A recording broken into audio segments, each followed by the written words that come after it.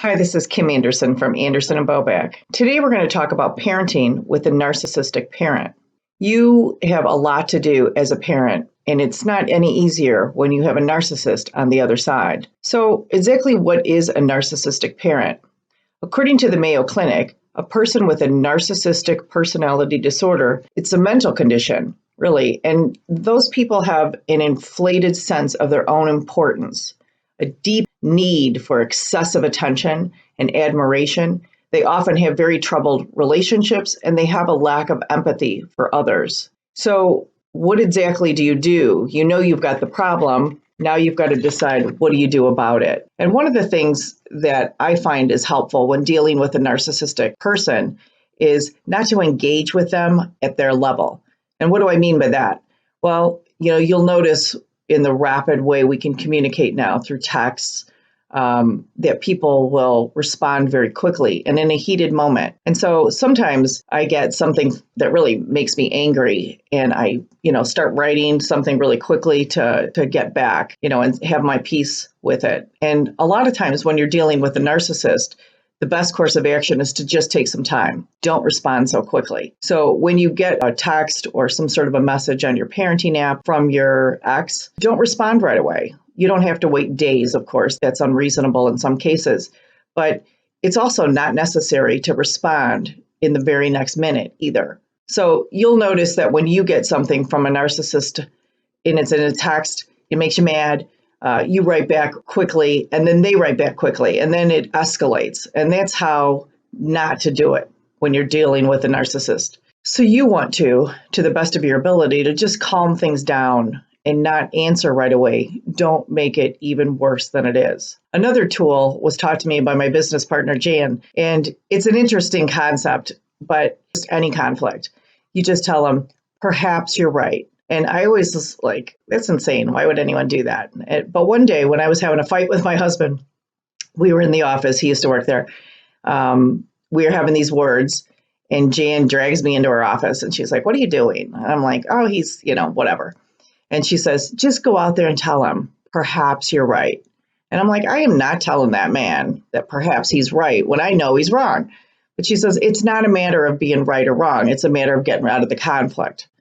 So I went back out there and I said, perhaps you're right. And what's he going to say then? No, you're not. He's not going to say that, right? So how can anyone fight with you when you say, perhaps you're right? So one of the ways that you can diffuse the situation is to phrase something like that. Instead of locking horns with him, you can just tell him, maybe he's right. It doesn't mean he's right. It just means perhaps he's right. That's one good way of dealing with somebody that's in a big fight with you like that. Another thing you can do, if you've tried all your techniques and nothing is really getting through, one of the last resorts you're going to have to do is take the case to court. When you're dealing with a narcissist and you've got a child who's troubled, who's being yelled at excessively, can't get any words into the other parent without it being a huge battle, and you notice that this conflict is very bad for your child and not getting any better, then you may have to take it into court. If you take your matter into court, you're going to have to be able to prove to the court that the thing that's wrong with your child results from your ex. And that's not always the easiest burden. It's hard to restrict a parent's parenting time. You have to be able to show that there's this huge risk of injury to the child. And even though you can easily demonstrate that the child is having trouble, like they're not sleeping or they're eating too much or they're not eating enough, they're not doing their schoolwork, how do you necessarily say that it's the other parent's fault?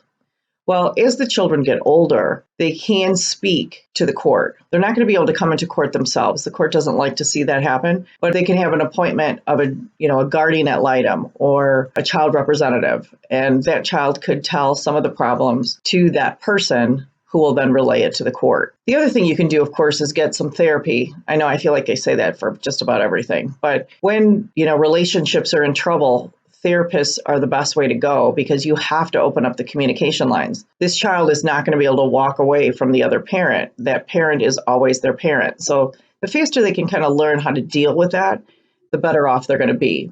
And therapy is often the best solution simply because you need to open up the communication lines. You need to be able to tell that other person that their behavior is causing a certain reaction in the child. And they're not going to accept that kind of advice from you. So the best person to get that advice from really is the therapist. So there's many issues as you deal with your other parent in parenting. If you have any questions about co-parenting with a narcissistic parent, though, please give us a call at Anderson and Boback, and we'll help you out. Thanks so much.